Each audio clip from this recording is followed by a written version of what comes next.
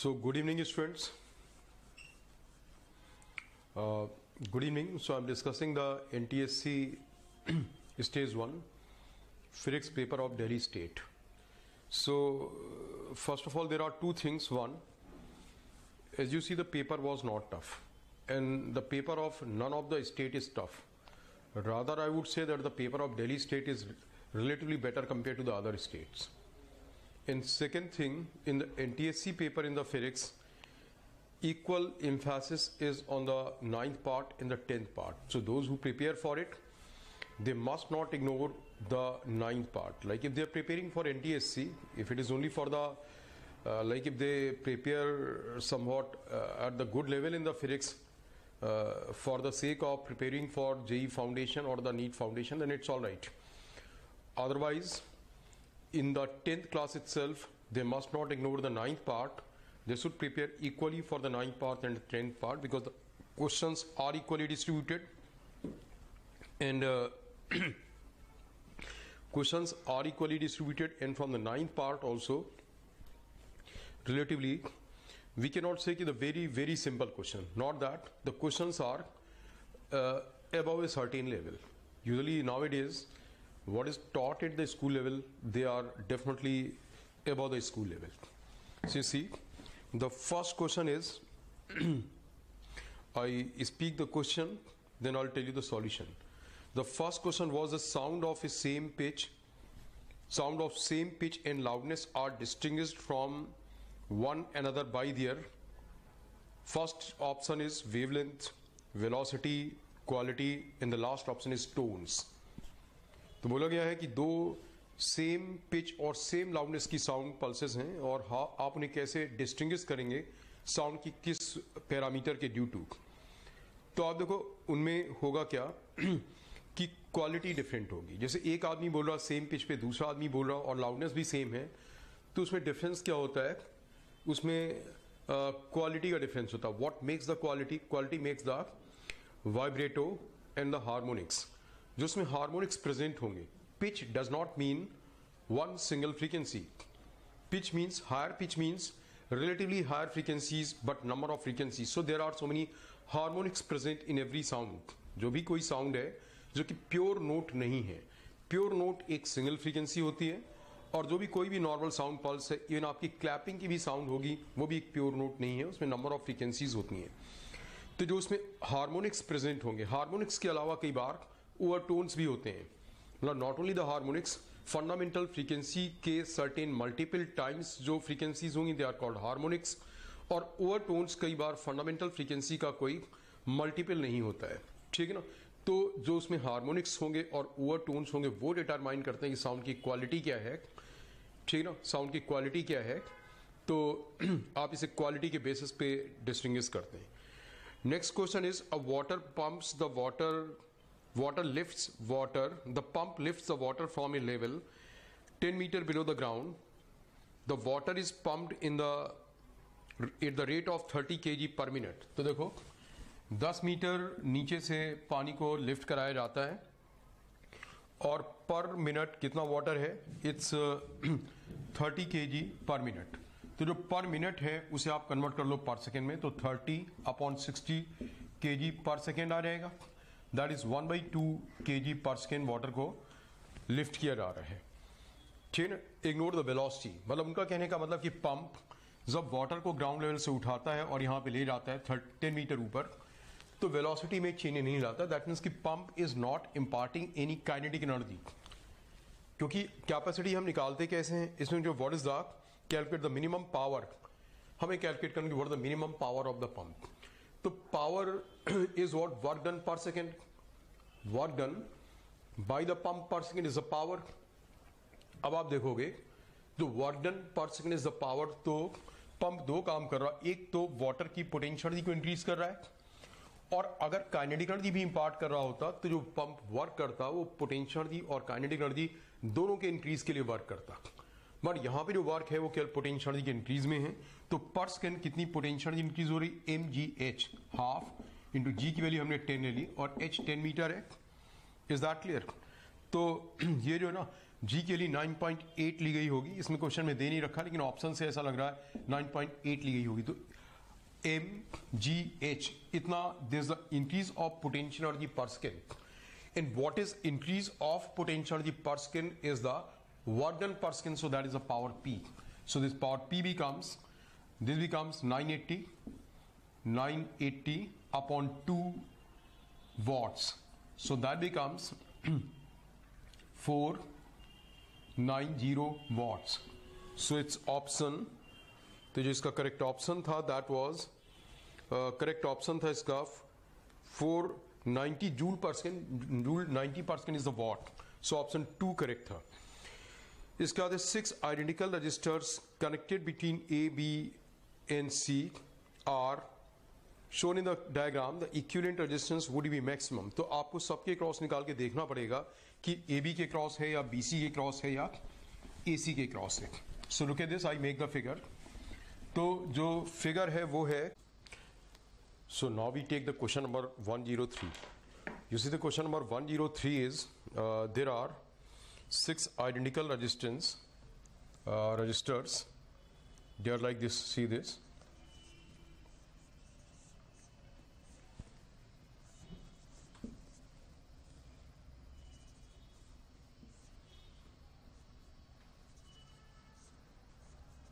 all are equal of resistance R, and these points are A, B, C. This question number 103. So what we have to find is the equivalent resistance would be maximum between AB or AC or between BC। ये निकालना कि किसके बीच में equivalent resistance maximum होगा। We reduce this circuit as this is R, this R and R, that becomes R by 2 because they are in parallel. So this becomes similarly R by 3 as they are in parallel. So equivalent resistance of these 3 R will be R by 3. This is A, this C and this B. Now see what we do. We make the 3 figures. Once we calculate the resistance between AB, RAB, so we do it like this, see. This is a figure. So from this figure, this is A and this is B. And here we have 2 resistances, A and B. One resistance between A and B is R. And the other resistance is what? R by 2 plus R by 3, because these two will become in series then. These two will become series, so R by 2 plus R by 3 we separately calculate. R by 2 plus R by 3, that becomes 6. So there's 3 plus 2, that is 3R plus 2R. So that is 5R by 6, that is 6 by 5R. So this becomes what? R by 2 plus R by 3. Sorry, there's a sum of the two, so 5R by 6. So this becomes 5R by 6. 5R by 6. This for the resistance between A and B. When we calculate resistance between A and C, so you see this figure becomes A. One resistance is R by 2. This C. Because see, when we calculate resistance between R and C, the equivalent resistance, so this becomes one resistance and these two are in parallel. R plus R by 3 is what? This 4R by 3. This 4R by 3. And when we calculate between B and C, so between B and C, there is one resistance R by 3. One resistance is what? This is B and C. One resistance is R by 3 and these two are in series. So this becomes R plus R by 2, that is what? 3 by 2R. 3 by 2R. This is clear now? So look at this. When we calculate resistance between A and B, then these two resistance, equivalent resistance between A and B, these two are in series, so R by 2 plus R by 3, that becomes 5R by 6. 5R by 6 and R are in parallel. Here when we calculate between A and C, so R by 2 is one resistance and the other, these two are in series, which are in parallel with R by 2, that becomes 4R by 3. And when we calculate between B and C, then one resistance is R by 3 and the other becomes 3 by 2R. Now see, the concept in parallel combination is what? Suppose we have resistances R1 and R2. Look at this. We have resistances R1 and R2 in parallel. These are 2 points P and Q. So the concept is that in parallel combination, the equivalent resistance between P and Q will be smaller than the smaller of the two. इन दोनों में से जो छोटा होगा equivalent resistance P और Q के बीच का, उससे भी छोटा आएगा, ठीक है ना। इन दोनों के बीच का जो इक्विवेलेंट रेजिस्टेंस है R1 R2 में से जो छोटा होगा, छोटे वाले से भी छोटा आएगा।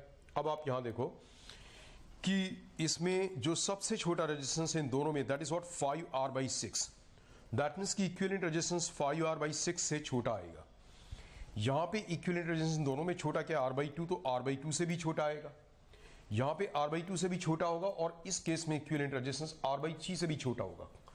आपको बड़े वाले से मतलब नहीं है, यहां पे इक्विवेलेंट रेजिस्टेंस R/6 से छोटा होगा, यहां पे इक्विवेलेंट रेजिस्टेंस R/2 से छोटा होगा, और यहां पे इक्विवेलेंट रेजिस्टेंस क्या होगा, इन दोनों में से छोटा है 5R/6, तो 5R/6 से छोटा होगा। सो R/2, R/3 और 5R/6 में जो सबसे बड़ा है वो ये वाला रेजिस्टेंस है। Is that clear? So that means कि यहां पे रेजिस्टेंस इससे छोटा होगा, यहां R/2 से भी छोटा होगा और यहां R/6 से भी छोटा होगा। सो इस केस में जो इक्विवेलेंट रेजिस्टेंस है मैक्सिमम होगा। हमें यहां पे ये कैलकुलेट नहीं करना था कि वो मैक्सिमम रेजिस्टेंस है कितना, इसलिए कोई जरूरत नहीं तो हम इसे सॉल्व कर लेते। जैसे हम इसे सॉल्व भी कर सकते हैं, इसका इक्विवेलेंट रेजिस्टेंस, इसका इक्विवेलेंट रेजिस्टेंस, इसका इक्विवेलेंट रेजिस्टेंस, उसके थ्रू निकाल लें। बट यहां पे क्या ये डिटरमाइन करना था, तो इससे पता लग जाता ए और बी के बीच का जो रेजिस्टेंस है that will be what, it will be maximum.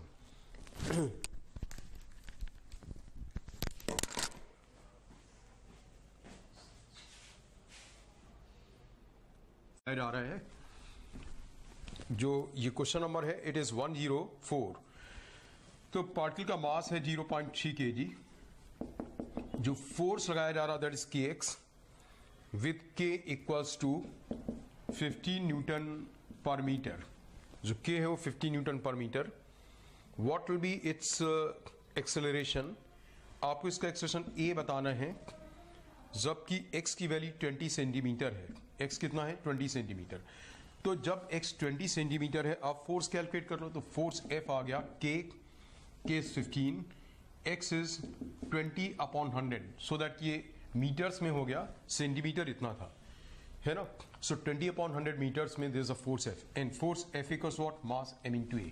So expression a आ जाएगा, 0 से 0 कैंसिल, और ये आपका आ गया 15 into 2/10 into 0.3, so 10 into 0.3 is 3, ये 3 हो गया, 3 से 5 आ गया, so this 10 metre per second square is the acceleration. So इसमें करेक्ट ऑप्शन था second is the correct option. इसका नेक्स्ट क्वेश्चन इज 104 के बाद 105। An object is moving in a straight line, एक ऑब्जेक्ट स्ट्रेट लाइन में चल रहा है। The velocity time graph is shown in the figure.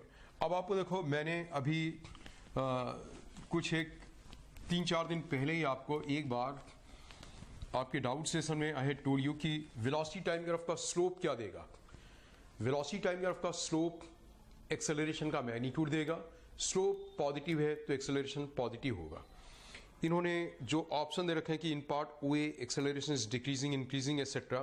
आप पहले स्लोप्स को देखो, ओ से ए तक स्लोप ज्यादा है, फिर जब आप ए से बी तक जाते हैं तो स्लोप क्या होता है, कम हो जाता है। इसका मतलब ओ से ए के बीच में एक्सेलरेशन ज्यादा होगा, और ए से बी तक जब आप मूव करते हैं, ओ से ए तक ऑलमोस्ट स्लोप कांस्टेंट है, it's almost A straight line. तो यहां पे ओ ए के बीच में acceleration is neither increasing not decreasing, rather slope constant, तो एक्सेलरेशन इज नॉट कांस्टेंट। फिर आप देखो कि जो ए से बी तक है, ए से बी के बीच में ये वेलोसिटी v है, ये टाइम t है। पहले ग्राफ ऑलमोस्ट स्ट्रेट लाइन है, फिर ए से बी के बीच में ग्राफ लगातार ऐसे जा रहा है, इसका स्लोप डिक्रीज कर रहा है। स्लोप के लिए बताया था है टोल्ड यू कि जो ग्राफ के ऊपर टेंजेंट है, tangent makes what angle with the time axis. जो एक्स एक्सिस के साथ इसका एंगल होगा थीटा, उसका tan theta will give you what slope. तो आप देखो टेंजेंट का एंगल थीटा लगातार डिक्रीज करता जा रहा है। यहां और कम हो गया, यहां पे आप लोगे और भी कम हो गया, तो थीटा लगातार डिक्रीज कर रहा, सो टेन थीटा की वैल्यू लगातार डिक्रीज करेगी। स्लोप लगातार डिक्रीज कर रहा, तो ए बी पार्ट में acceleration will continuously decrease. So इसका करेक्ट ऑप्शन था fourth in part A B acceleration is decreasing, ठीक है ना, फोर्थ ऑप्शन वाज करेक्ट। फिर आप देखेंगे जो इसका नेक्स्ट क्वेश्चन है वो है हाँ Then see the next question is question number 10, इसके बाद तो क्वेश्चन नंबर 106 आएगा ना. हाँ, एक सेकेंड रुकना. अब आप देखेंगे क्वेश्चन नंबर 107. 10 जो मैंने अभी डिस्कस किया दैट वाज 106, तो अब आएगा 107. 2 points A and B are at electric potential 10 volts and 100 volts. एक पॉइंट A का पोटेंशियल है 10 वोल्ट्स और B का पोटेंशियल है 100 वोल्ट्स. ठीक है, A का पोटेंशियल 10 वोल्ट्स और B का जो electric potential that is what 100 volts respectively. A charge Q is taken from A to B. एक चार्ज Q को हम ले जाते हैं फ्रॉम A टू B. ठीक है, A to B and A to B and 18 joule work is done. जब A से B तक चार्ज Q ले जाते हैं so work done W is what 18 joules. So आपसे पूछेगा what is the value of charge Q. देखो जो आपको फॉर्मूला बताया था और एक बार बता दूं जिन्हों को नहीं पता है, work done by external agent in carrying a charge from one point two another point is what Q into potential of final point minus potential of initial point. यहां पे जब आप potential of final point minus potential of initial point करेंगे तो charge Q आपको magnitude और sign दोनों के साथ डालना है, क्योंकि work done could be positive and work done could be negative. यहां पे W की वैल्यू 18 जूल्स दे रखी है. W कितना दिया है 18 जूल्स और चार्ज Q आपने डाला क्योंकि अब साइन अननोन है. अगर साइन अननोन है तो चार्ज Q का साइन भी प्रॉपरली आ जाएगा. आप सब कुछ साइन के साथ डालोगे जैसे यहाँ पे मैटर करता है. फॉर्मूले में potential of final point minus potential of initial point है.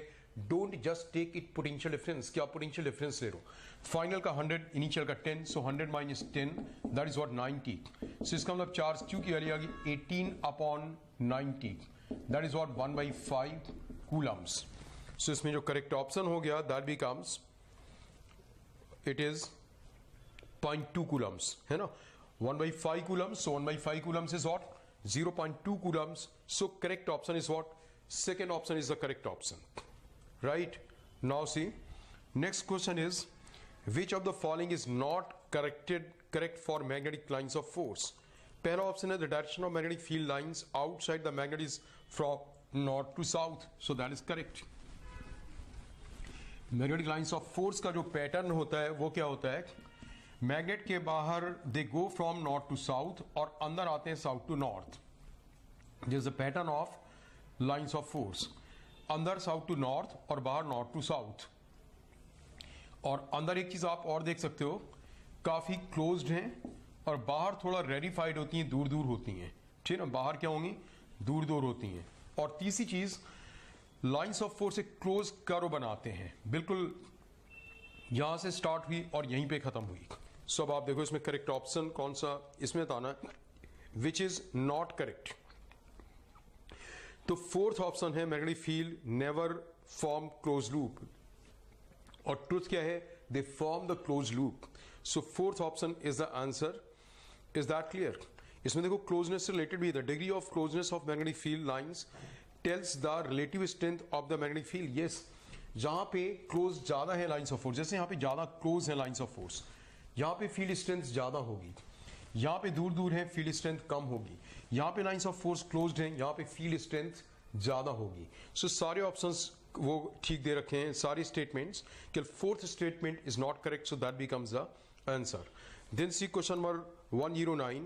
तो जो क्वेश्चन नंबर 109 है ये काइनेमेटिक्स का मोशन वाले पार्ट का क्वेश्चन है. इसमें है a car moving along straight line covers 1/5 of total distance. देखो आपका क्वेश्चन डिस्टेंस के फॉर्म में स्टार्ट है, तो आप कैसे करोगे, आप एज्यूम कर लो कि let the total distance is what s, और s का s/5 डिस्टेंस जो s/5 है उसमें इसकी वेलोसिटी v1 है, और बोला गया in the remaining distance it travels with speed v2, और जो रिमेनिंग डिस्टेंस है इस वाले को ट्रेवल कितने से करता v2 से. सो बोला गया what is the average speed.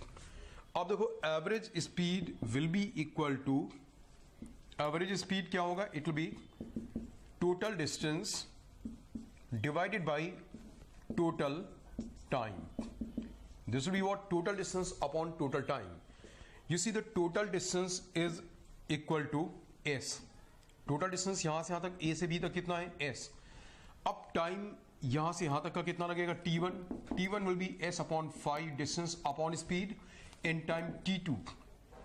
इस पॉइंट से m से b तक का टाइम जो होगा t2 that will be 4s/5 है ना. ये s/5 है. सो ये डिस्टेंस कितनी होगी 4s/5 क्योंकि टोटल डिस्टेंस s है. सो इसमें टाइम लगेगा distance upon speed is the time. So total time t becomes t1 plus t2. So t equals to t1 s/5v1 plus 4s/5 v2. So this becomes s/5 is common, 1/v1 plus 1/4/v2. 1/v1 plus 4/v2. We keep this here. Total time s upon 5 divided by 1 upon v1 plus 4 upon v2. So that becomes s and s get cancelled. 5 ऊपर चला जाएगा और यहां पे जो LCM में होगा, LCM में क्या आएगा, एलसीएम में आएगा v1 v2. जो एलसीएम में होगा that will be what v1 v2. तो जो v1 v2 एलसीएम में आएगा वो भी ऊपर चला जाएगा. मैं एक बार लिख ही देता हूं यहां पे पहले v2 plus 4v1 upon what, upon v1 v2. So this v1 v2 will go up and that will become 5v1 v2 divided by v2 plus 4v1. So let's check the answer. So the correct option becomes option third is the correct option. नहीं, third में तो है 4v2 है, यहाँ पे 4v1 आएगा. So that means कि correct option first हो गया. 5v1 v2 upon v2 plus 4v1 that is the correct option. So first option इसका correct option है. इसके बाद अब आप देखेंगे आप क्वेश्चन नंबर जो है 110. So you see the 110 question is light travels through a glass slab of thickness t. ये क्वेश्चन है.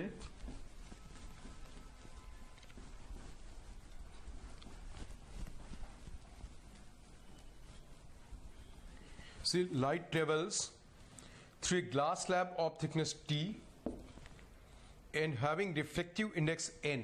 कोई ग्लास स्लैब है जिसकी थिकनेस t है, रिफ्रैक्टिव इंडेक्स n है.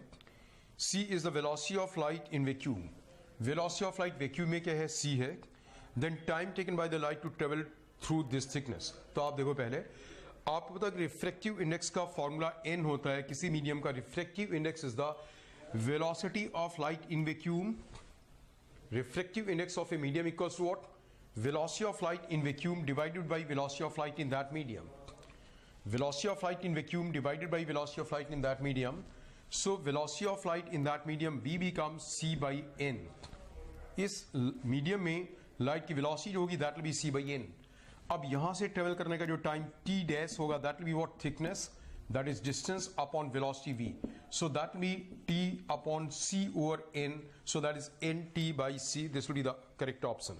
So correct option becomes this option is nt by c. This second option is correct. Then see 111, the resistance of a rheostat, the resistance of a rheostat shown in the figure is 0 to 30 ohm. मतलब जब बिल्कुल left hand side में होगा उसका जो handle है, so it will be 0 ohm, और जो राइट हैंड साइड में होगा तो that will be what, 30 ohms. Neglecting the resistance of emitter and connecting wire, the minimum and maximum current through the emitter will be. तो आप देखो minimum और maximum current आपको बताना क्या होगा. तो होपफुली फिगर पेपर आपके पास होगा. मैं वैसे सर्किट बना ही देता हूं. मैं 10 ओम, 20 ओम्स और ये है 2.2 वोल्ट्स और यहां पे एमीटर है. और here we have rheostat is a variable resistance. मतलब रियोस्टेट में क्या करते हैं, टोटल इसका 30 ओम्स दिया है. तो दैट मींस जब ये जो कनेक्शन है बिल्कुल राइट हैंड साइड में होगा तो सर्किट में पूरा 30 ओम्स इंक्लूडेड होगा. और जब ये कनेक्शन इसके लेफ्ट हैंड साइड से कनेक्टेड होगा तो सर्किट में रियोस्टेट का कोई भी रेजिस्टेंस इंक्लूडेड नहीं है. तो अब आपसे बात की गई है कि मिनिमम करंट और maximum current. Let's see minimum current कब होगा, जबकि ये पूरा रेजिस्टेंस इंक्लूड होगा 30 ओम्स. सो 10 और 20 पैरेलल में है. इनका रेजिस्टेंस आ गया equivalent resistance 1/R equal to 1/10 plus 1 by 20, so that becomes 20 and 2 plus 1, 3 by 20, so R becomes 20 by 3 ohms. तो 20 by 3 ohms आ गया, और जब ये पूरा 30 ओम सर्किट में इंक्लूडेड होगा, 30 ओम सर्किट में पूरा इंक्लूडेड कब होगा, जबकि रिहोस्टेट का जो कनेक्शन है बिल्कुल लास्ट पॉइंट से कनेक्टेड होगा. सो टोटल रेजिस्टेंस उस केस में आ जाएगा 20 by 3 plus 30, so that will become 90 plus 20, 110 upon 3 ohms. This will be the resistance. So current I will be equal to V upon R. V becomes 2.2 upon resistance R is 110 by 3. ये ऊपर आ गया. So ये circuit का minimum current होगा, minimum current will become equal to, ये आपका आ जाएगा 2.2 into 3. सो इसे सिंप्लीफाई कर लो. इसमें ऑप्शंस डेसिमल में दे रखे हैं. ऑप्शंस हैं जो है 0.08, 0.06, जो मिनिमम वाला है 0.06. सो लेट्स सी कि कितना आ रहा है. ये आपका आ गया 11 है, तो इसे 0 यहाँ से हटा दो और एक 0 यहाँ और ले आओ. अब देखो 11 से आ गया 100 और ये आ गया 2, 11 2, so this is what 6 upon 100, that is 0.06 amperes. तो जो मिनिमम करंट है that will be what 0.06 ampere. 0.06 ampere second option में भी है, थर्ड में भी है. अब हम आई मैक्स निकालते हैं. जब आप बात करोगे आई मैक्स, तो उस टाइम पे रियोस्टेट का कोई भी रेजिस्टेंस सर्किट में इंक्लूडेड नहीं होगा. मतलब ये पॉइंट लेफ्ट हैंड साइड में यहाँ होगा. सो टोटल रेजिस्टेंस के लिए यही वाला होगा, which is what 20 by 3 amperes. So that becomes 2.2 upon 20 by 3. 20 by 3, it is 20 by 3. So that becomes, ये 2 से ये आ जाएगा 10 और ये 1.1 आ गया है ना. ये 1.1 2 से कट कर दिया. So this what 3.3 upon 10. So that is what 0.33 amperes. So maximum current होगा 0.33 ampere. That means option third is correct. ठीक है ना, minimum 0.06 ampere and maximum current will be 0.33 ampere. Now see 112. 112 is 3 particles A, B and C are thrown from the top of a building with same speed A upwards. ABC 3 particles हैं, top of the building से आपने throw किया, same speed से आपने throw किया तीनों को. ठीक है ना. एक को आपने थ्रो कैसे किया, एक को थ्रो किया है टॉप ऑफ द बिल्डिंग से अपवर्ड्स, वो ऐसे जाएगा और नीचे गिरेगा. और एक को आपने थ्रो किया है और बी को थ्रो किया सीधे डाउनवर्ड्स, और सी को सी इज थ्रोन हॉरिजॉन्टली, सी को थ्रो किया इस तरीके से. तो लेकिन जब वो ग्राउंड से स्ट्राइक करेंगे, उनकी वेलोसिटी VA, VB, VC है, तो कौन सा बड़ा और कौन सा छोटा होगा. देखो इसे हमें काइनेमेटिक्स से नहीं करना है. काइनेमेटिक्स से वो लेंदी होता, पूरी equation, third equation of motion 3 बार लगाना पड़ता आपको, उससे आपको सॉल्व नहीं करना है. और साथ में फिर आपको 2D मोशन की भी जरूरत होती कि इसकी वेलोसिटी सो है. हम इसे सीधे law of conservation of energy से करेंगे. इनिशियल पॉइंट पे तीनों की पोटेंशियल एनर्जी सेम है, P0 है, मान low potential energy P0 same है, प्लस तीनों की इनिशियल काइनेटिक एनर्जी KE0 भी सेम है. काइनेटिक एनर्जी वेलोसिटी की डायरेक्शन पे डिपेंड नहीं करता, केवल स्पीड के मैग्नीट्यूड पे डिपेंड करती है. काइनेटिक एनर्जी स्केलर क्वांटिटी है. तो आपने वेलोसिटी की डायरेक्शन कुछ भी दी, स्पीड तो आपने सेम दी है, तो काइनेटिक एनर्जी इनिशियली क्या होगी, सेम होगी. अब initial potential energy plus kinetic energy plus loss of potential energy, तीनों के लिए क्या होगा, चाहे पार्टिकल ऐसे आए चाहे पार्टिकल ऊपर से जाए, इनिशियल पोजीशन के कंपैरिजन में फाइनल पोजीशन कितने नीचे है, h नीचे. तो जो इनिशियल पोटेंशियल एनर्जी थी प्लस काइनेटिक एनर्जी थी प्लस जितना पोटेंशियल एनर्जी का लॉस होगा, तीनों के लिए सेम होगा, and that will be converted into what, kinetic energy half mv². सो तीनों के लिए बिल्कुल सेम इक्वेशन बनेंगे. वेलोसिटी v की वैल्यू क्या आएगी, सेम आएगी. दैट मीन्स कि VA is equal to VB is equal to VC is the correct option. आप समझ गए ना. इनिशियली तीनों पार्टिकल सेम हाइट पे है, दैट मीन्स कि इनिशियली तीनों की पोटेंशियल एनर्जी सेम है. इनिशियली आपने सेम स्पीड से थ्रो किया, दैट मीन्स कि तीनों की काइनेटिक एनर्जी भी सेम है. और जब वो ग्राउंड पे पहुंचेंगे तो तीनों का लॉस ऑफ पोटेंशियल एनर्जी वाला पार्ट भी क्या होगा, सेम होगा.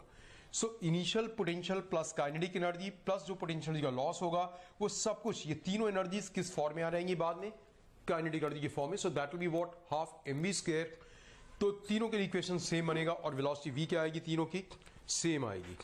सो इसका करेक्ट ऑप्शन होगा ऑप्शन 1. अब 113 which is the last question आप देखेंगे. So this an object of height 2 centimetre. एक ऑब्जेक्ट की जो हाइट है वो है 2 सेंटीमीटर, मतलब O की वैल्यू है 2 centimetre, placed on the principal axis of a concave mirror at a distance of 12 centimetre. U की वैल्यू आप उधर रखी 12 सेंटीमीटर फ्रॉम द पोल, और ये मिरर है concave mirror. If the image is inverted, image inverted है इन 5 centimetre. Image I की value है, मैं -5 सेंटीमीटर कर देता हूं तो आप समझ जाओगे इमेज इन्वर्टेड है. इन्वर्टेड का मतलब उल्टी है, ये सीधी है और ये उल्टी है. So this was inverted, so -5 centimetre. ठीक ना. तो पूछा गया है कि then location of the image, मतलब लोकेशन ऑफ द इमेज कि V की वैल्यू क्या होगी, कितने डिस्टेंस दूर बनेगा इमेज, और फोकल लेंथ F क्या होगी, ये पूछा गया. अब आप देखो कॉन्केव मिरर के लिए, कॉन्केव कॉन्वेक्स दोनों टाइप के मिरर के लिए मैग्निफिकेशन का फॉर्मूला होता है M is equal to I over O is equal to what, minus of V over U. ये ध्यान रखोगे यहाँ पे I over O is equal to what, minus of V over U होता है, प्लस V ओवर U नहीं होता है मिरर्स के लिए. अब I की वैल्यू आप डाल दो -5, O की वैल्यू डाल दो 2, माइनस V, माइनस है फॉर्मूले में तो माइनस डालना पड़ेगा, V ओवर U, और U की वैल्यू कितनी है, U की वैल्यू है 12 सेंटीमीटर और निगेटिव होगा. जो हमारा कन्वेंशन होता है उस कन्वेंशन में हम क्या लेते हैं, इंसिडेंट रेज की डायरेक्शन की ओर वाली डिस्टेंस. जैसे यहाँ पे ये कॉन्केव मिरर है, यहाँ पे ऑब्जेक्ट रखा गया, इंसिडेंट रेज इस ओर है, सारे डिस्टेंसेस आप पोल से मेजर करोगे. सो आपसे पोल से इंसिडेंट रे के ऑपोजिट आना पड़ रहा है U के लिए, सो दैट इज व्हाट नेगेटिव. जो डिस्टेंसेस पोल से, कोई भी डिस्टेंस आप मेजरमेंट कहां से स्टार्ट करते हो, पोल से, और अगर वो डिस्टेंस इंसिडेंट रे के अलोंग है, की ओर है, तो पॉजिटिव होगी, उसके ऑपोजिट तो नेगेटिव. तो U क्या हुआ, नेगेटिव -12. इससे आप देखो V की वैल्यू क्या आ गई, V की वैल्यू आ गई 6 इंटू 5 30 -30 सेंटीमीटर. और वैसे भी ये पार्ट आपका काफी क्लियर हो गया था कि जब आपका इमेज इन्वर्टेड था, है ना, इमेज इन्वर्टेड था और रियल था, रियल और इन्वर्टेड दे रखा है, इमेज रियल था, इन्वर्टेड था और मैग्नीफाइड भी था, बड़ा था. सो ऑब्वियसली ऑब्जेक्ट कहां होगा, फोकस और सेंटर ऑफ कर्वेचर के बीच में होगा. जो ऑब्जेक्ट होगा फोकस और सेंटर ऑफ कर्वेचर के बीच में होगा, और जो V आएगा वो सेंटर ऑफ कर्वेचर के बियॉन्ड आएगा, V काफी दूर आएगा.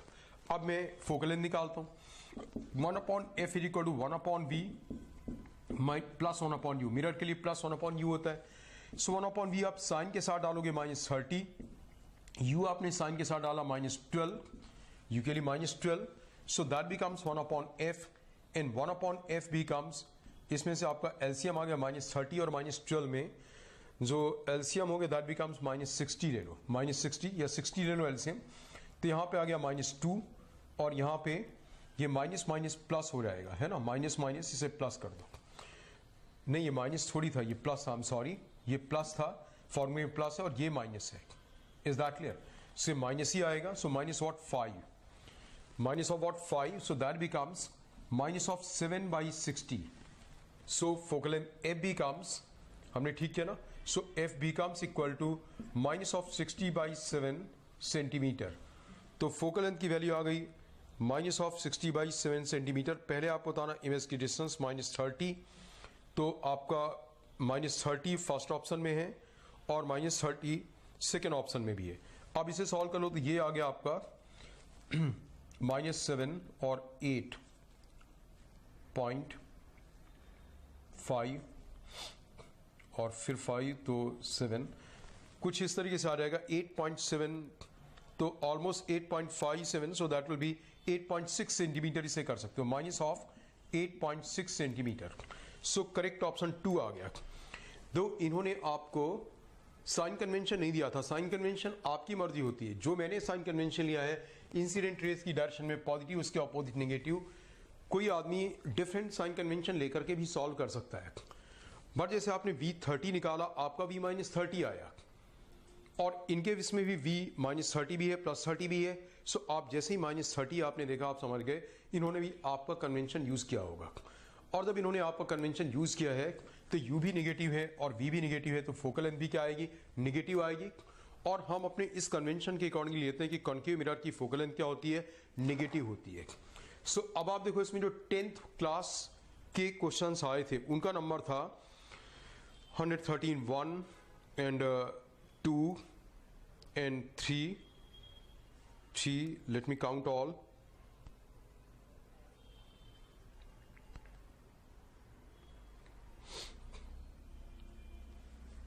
एंड मैं स्टार्टिंग से काउंट करता हूं एक बार। क्वेश्चन नंबर 1 और 1,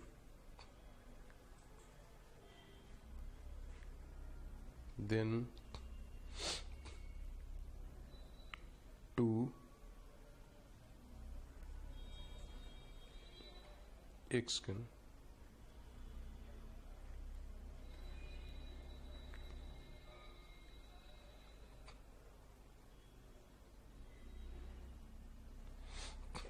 वन के बाद है this becomes 2, 3, third is the 108, 3 and then 4, 5 and 6. 6 questions were from 10th part and 7 questions were from 9th part. So almost equal division है ना।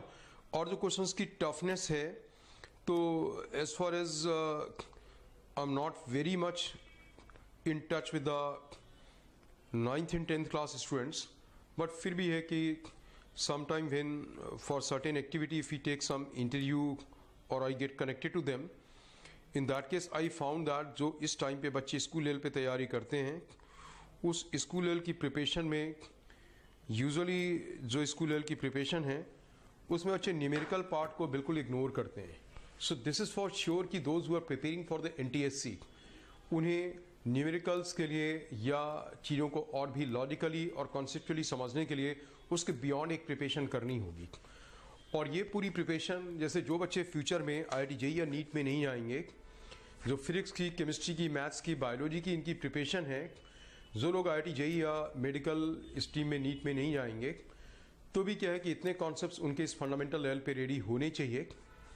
और जो लोग ऑब्वियसली JEE की प्रिपरेशन करेंगे या नीट की प्रिपरेशन फ्यूचर में करेंगे तो उनके लिए तो जो भी 9th क्लास की फिजिक्स है और 10th क्लास की फिजिक्स है वो एक बहुत अच्छे लेवल पे तैयारी होनी चाहिए, क्योंकि जो 9th क्लास में फिजिक्स है वही फिजिक्स आप करोगे 11th क्लास में, और जो फिजिक्स 10th क्लास में होगी वही फिजिक्स आप क्या करोगे उसमें करोगे 12th क्लास में।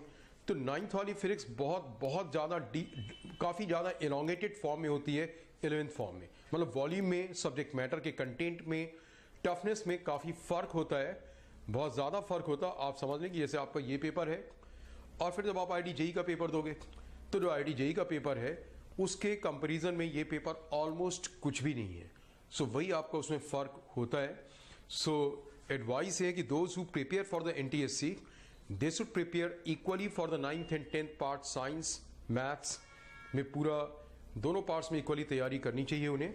और साथ में प्रिपरेशन का लेवल केवल डेफिनेशन के मगिंग तक ना हो, कॉन्सेप्चुअल क्लैरिटी के टर्म्स में भी हो, न्यूमेरिकल्स के टर्म्स में हो, और जो भी उसकी छोटी मोटी फिलॉसफी भी इन्वॉल्व है वो सारी चीज़ें उसमें आनी चाहिए। So all the best.